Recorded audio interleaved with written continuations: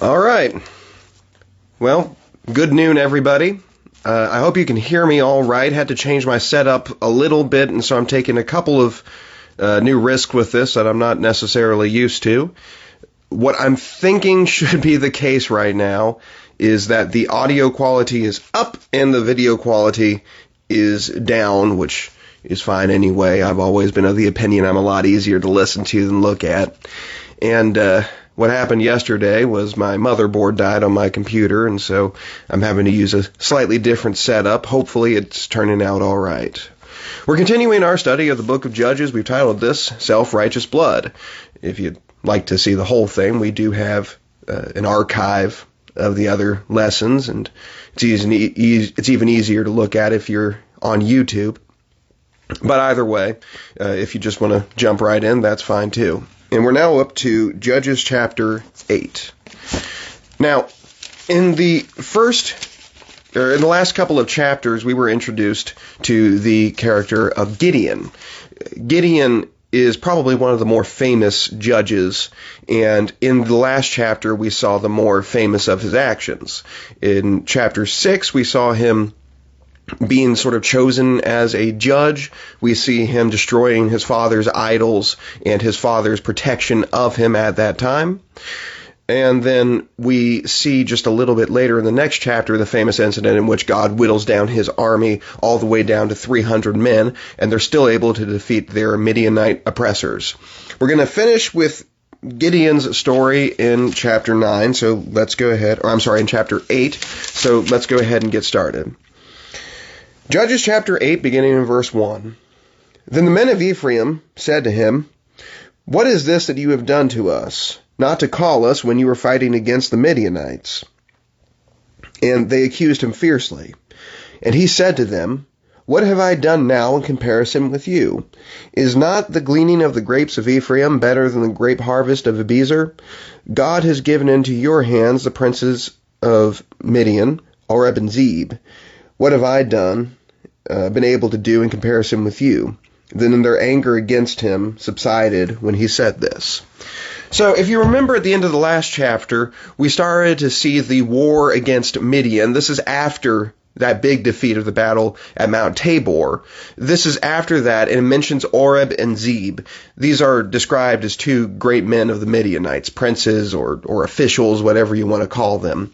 The names mean wolf and raven, and they were captured. You'll recall that they were captured by Gideon, but he was using the what are they named? Oh, the Ephraimites. He was using the Ephraimites in order to be able to finish us up. Now apparently there's some sort of conflict between Gideon and the Ephraimites. Hard to say exactly what their issue was. It appears to be some sort of issue of jealousy. Maybe they're jealous of what happened over at Mount Tabor and that they weren't all involved with that.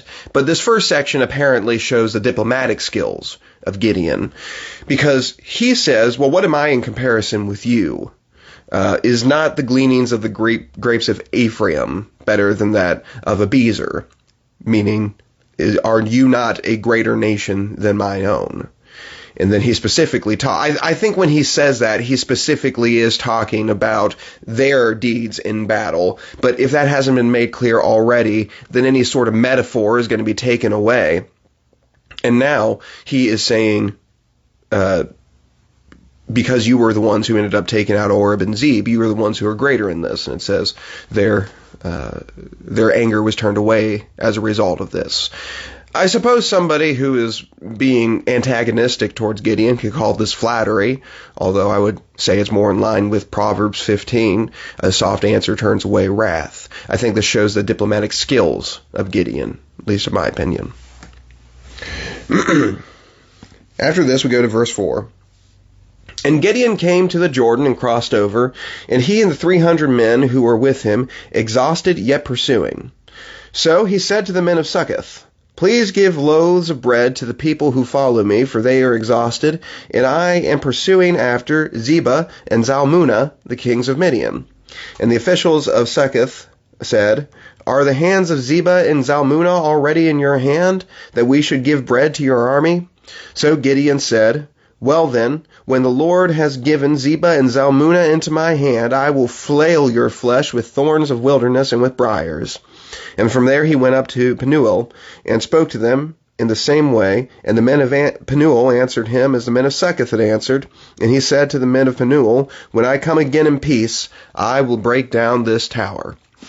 Gideon marches his army from the traditional land of Israel, Canaan, across the Jordan to the eastern area in which the eastern tribes of Israel resided.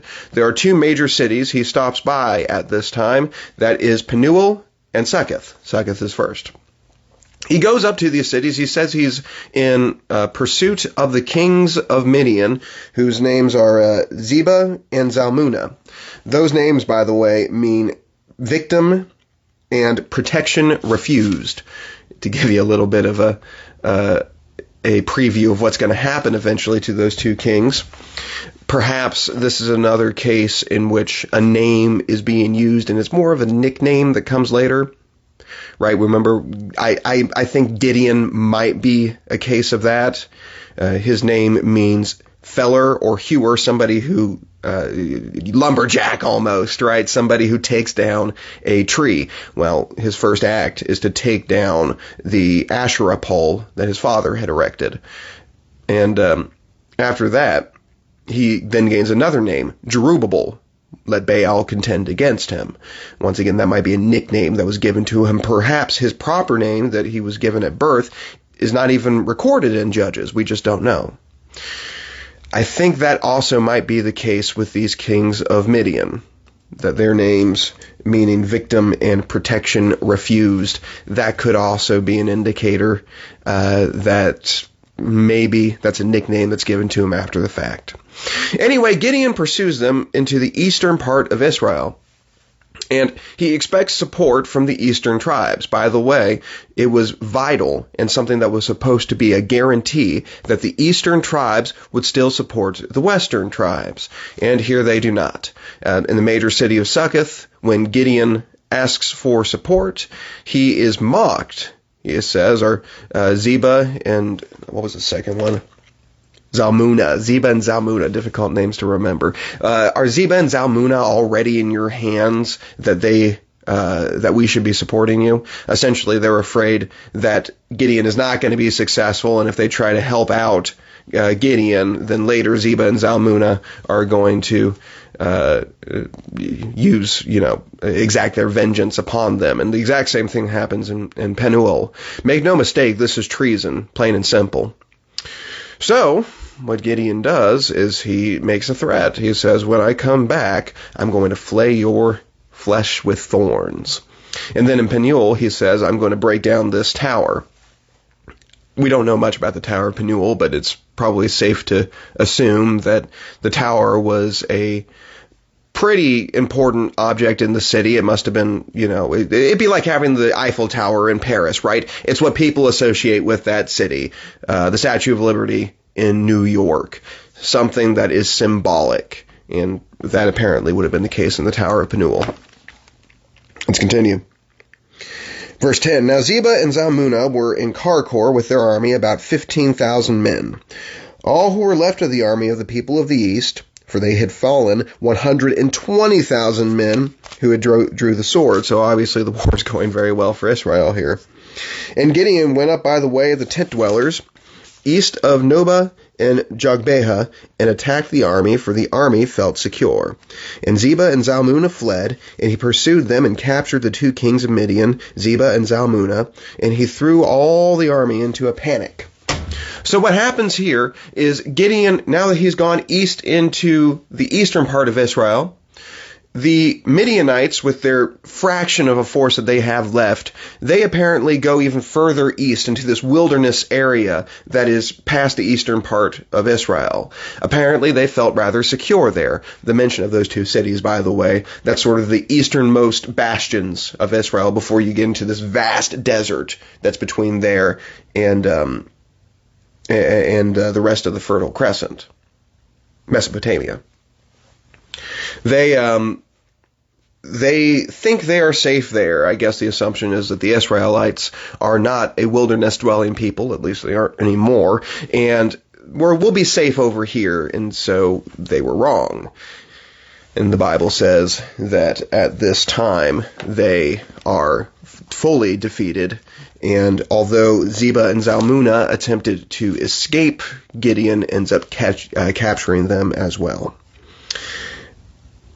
Verse 13, then Gideon the son of Joash returned from the battle by the ascent of Heres. My version here says ascent of Heres. There's a good chance your version says that as well. That's probably not a good choice on the part of the translators, at least as far as I can tell. The term ascent of Heres, the word Heres means sunrise. And so the use of making this into a proper noun is probably incorrect. It's more likely it just means that he came back during sunrise. After all, this is not the first time in which Gideon has had a night battle. It's a tactic that's worked for him before. And this, I mean, when you look at the verses beforehand, that the army was not aware, that they felt secure, it seems to indicate this was probably a night battle. And so calling it the ascent of Heres as though this was a proper noun, probably not accurate. And as far as I can tell, we don't know of any place called the ascent of Heres. So it would probably be better to say when Gideon returned from battle at sunrise. It says in verse 14, and he captured a young man of Succoth and questioned him and had him write down the officials and elders of Succoth, 77 men. And he came to the men of Succoth, behold, Zebah and Zalmunna, about whom you taunted me, saying, are the hands of Zebah and Zalmunna already in your hand, that we should give bread to your men who are exhausted? So they capture Zebah and Zalmunna, and the image here is something akin to a Roman triumph. They are going to bring them back, and so on the return tour, they come to Succoth. Now remember the taunt that the men of Succoth did to Gideon, which was, hey, are they already captured that we should help you? Well, Gideon shows up and says, hey, behold the men you taunted me about. He's already captured a young man of Succoth, the Bible says, and he has taken him and figured out exactly who the officials, who the high-ranking members of this city are. So he knows exactly who they are. No one's going to be able to hide them. And he says, hey, remember you mocking me about being able to capture these guys? Well, here they are. Now let's see what happens.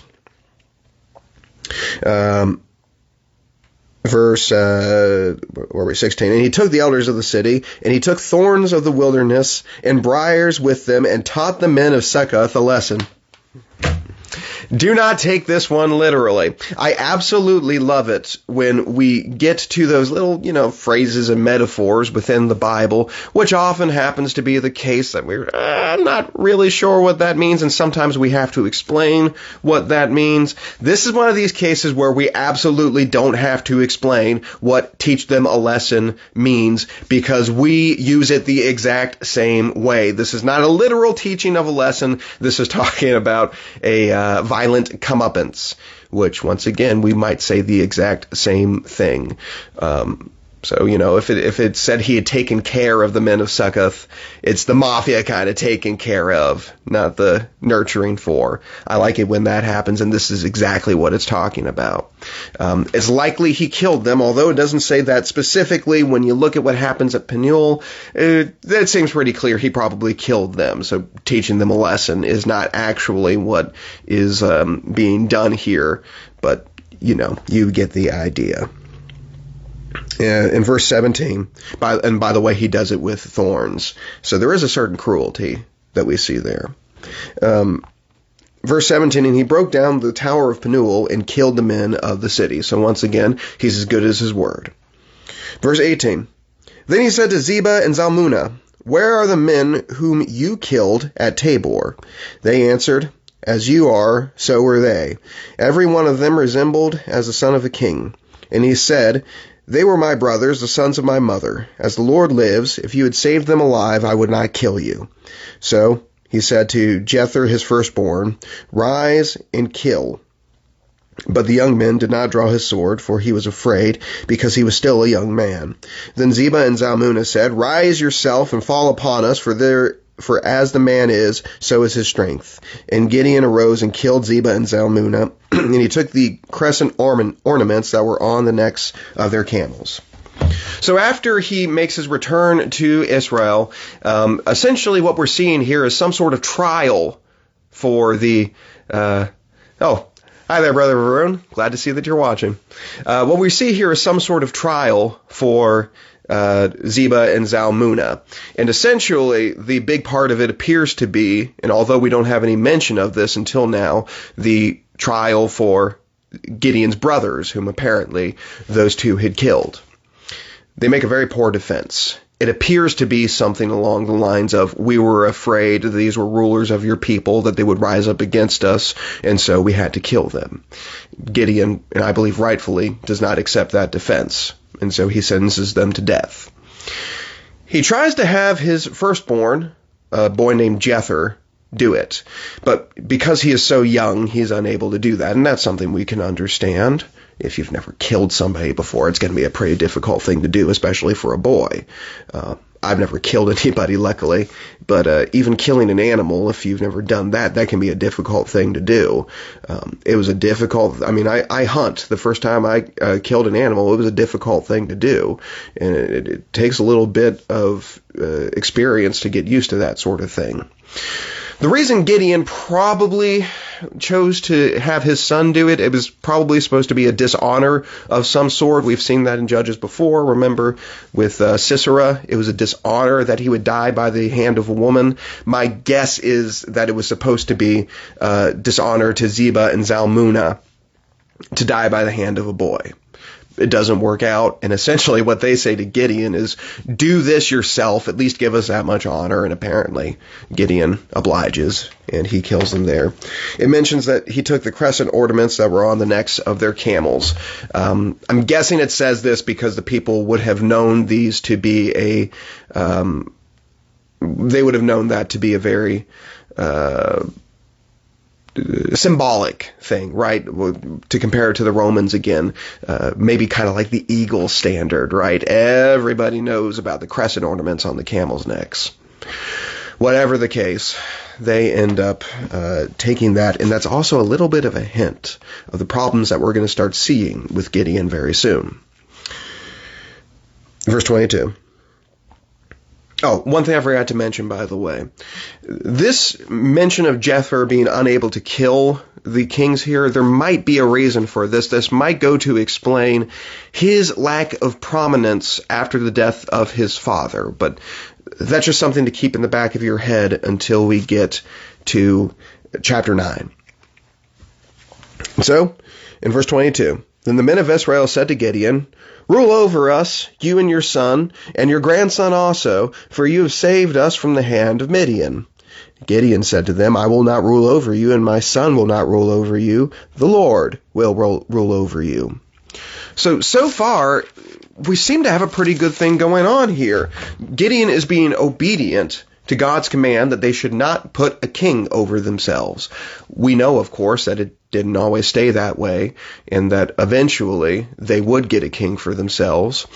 It also might be worth saying that these things are being mentioned because there's a good chance that Samuel was a writer of the book of Judges, or the writer of the book of Judges, and of course during his day he had to spend a lot of time dealing with that particular error and eventually lost out in that fight. So maybe he's writing a history of this so that the people understand the consequences of having a king. I don't think you can properly call Gideon or any of his sons a proper king of Israel yet, but as we see, they're going to act in a very king-like manner, despite the fact that Gideon initially refuses rulership here. Verse 23, Gideon said to them, I will not rule over you, and my son will not rule over you. The Lord will rule over you. And Gideon said to them, let me make a request of you. Every one of you give me earrings from his spoil, for they had golden earrings because they were Ishmaelites. Apparently, it was part of Ishmaelite culture to have earrings. And so he says, I'm not going to rule over you, but if you want to do me a favor, everybody give me those golden earrings that you got there, in which apparently they're going to do happily. And they answered, we will willingly give them. And they spread a cloak, and every man threw in the earrings of his spoil. And the weight of the gold earrings that he requested was 1,700 shekels of gold, besides the crescent ornaments, and the pendants, and the purple garments worn by the kings of Midian, and besides the collars that were around the necks of their camels. And Gideon made an ephod out of it, and put it in his city, Orpha. And all Israel whored after it there, and it became a snare to Gideon and to his family. So Midian was subdued before the people of Israel, and they raised their heads no more, and the land had rest 40 years in the days of Gideon. We have a very dark turn in the life of Gideon here. He takes all of this gold that's been given to him, and the Bible says he makes an ephod out of it. Now, the ephod was a special priestly garment that the priests alone were supposed to be wearing. The biblical ephod is sort of this breastplate that is put over the high priest, has a bunch of jewels on it, each one representing a different tribe of Israel. In addition, there were a few other things in there. This is where the Urim and Thummim were kept, which were these, you might think of them as dice almost, which were used to cast lots and be able so the priest could help the people figure out what the Lord wanted from them. Gideon makes his own. I don't know exactly what it would have looked like. The Bible doesn't give us a description. There's a couple of indicators. It was probably more than just a garment. In fact, it might not have really been a garment at all. I mean, if the only thing he made it out of was gold, that'd be a really heavy garment. So that might not exactly be what it was. We just know that it's called an ephod. Why does Gideon do this? It becomes a snare to him and his family, says the Bible. So why does he choose to make this? It's possible that there's a similar effect going on here to what happened with Jeroboam a couple hundred years later. If you didn't know, when Jeroboam became king and sort of an oppositional king to Rehoboam, Solomon's son, Jeroboam gets this new kingdom, which is most of Israel. But his big sin is he creates these golden calf idols, one at Dan and the other at Beersheba. And they're at the northernmost and southernmost points of his borders. The reason he does this is he does not want people going in to Judah to worship, which is where they're supposed to be going. And that might be something similar happening with Gideon here. Gideon might not want people going to the tabernacle. So you don't have the temple in Judah right now, but you have the tabernacle, and it's probably at Shiloh at this point, which is in Ephraim. As you recall, there's been a little bit of tension between Gideon and the Ephraimites, so maybe that's what he's doing here. Hard to say why, but it's a very sad addition to the life of Gideon. It does not work out well. Even though for 40 years, which appears to be the rest of the life of Gideon, the land has rest, you still have this problem. Jerubbaal, the son of Joash, this is verse 29, Jerubbaal, the son of Joash, went and lived in his own house. Now Gideon had 70 sons, his own offspring, for he had many wives. That's another problem we see from Gideon. He's becoming a polygamist. And his concubine, who was in Shechem, pause there for a moment. I realize there are some people that have the opinion that it was not sinful to be a polygamist during the period of the Old Testament. I personally disagree with that assessment, but what you can't deny is it certainly was sinful to have a concubine. There is never any sort of allowance for something like that. And sure enough, that's what he does. And his concubine, who was in Shechem, also bore him a son. By the way, the fact that she lives in Shechem, that's not his hometown, so she doesn't even live with him, making him an absentee father on top of everything else. Bore him a son and called his name Abimelech. Abimelech's going to be really important in the next chapter, but we'll get there in a bit. And Gideon, the son of Joash, died in good old age and was buried in the tomb of Joash his father at Orpah of the Abiezrites. And as soon as Gideon died, the people of Israel turned again and whored after the Baals and made Baal-berith their god. And the people of Israel did not remember the Lord their God, who had delivered them from the hand of all their enemies on every side. And they did not show steadfast love to the family of Jerubbaal, that is, Gideon, in return for all the good that he had done to Israel. Gideon is a tough one to nail down on a moral level. Looking at the judge's account alone, you might be quick to condemn him, but he's got a quirk here, which there's a couple other morally questionable judges that also have this quirk. Because in Hebrews chapter 11, he is listed among all these righteous people of faith, and yet it seems he built some sort of idol. How do we harmonize these two things? Well, to tell you the truth, I don't know for sure. It could be that when Gideon made his ephod, it was not originally meant to be an idol, but just a piece of art. But then, he sees that members of his family and that the inhabitants around him are kind of making an idol out of it, and he just doesn't care. I don't really know. And then, of course, you have the polygamy problem. And the fact that even though he says he's not the king, he acts a whole lot like the king during his time. It's really tough to nail down. Perhaps he saw all of this and repented during his life towards the end. Maybe this is one of those things that God ends up overlooking. He did talk about, Paul mentions in the book of Acts that God overlooked a lot of idolatry, although I'm of the opinion he's mostly talking about Gentile idolatry in that particular case. I don't know. Luckily, we're not really in a place where we have to make a moral judgment for Gideon. We're not the judge. God is, and it appears his judgment is that he's still faithful, which is good. And that might be an indicator of the faithfulness of our judge, and I'm awfully glad to be serving a merciful judge. But the consequences are still there. And in chapter 9, we're going to see the full extent of the consequences of Gideon's sins. And that's what we'll be looking into next week, Lord willing. Until then, I want to know I love you all, and I hope to get to see you next week. Let me know if you got any sort of questions or comments. You have a good one.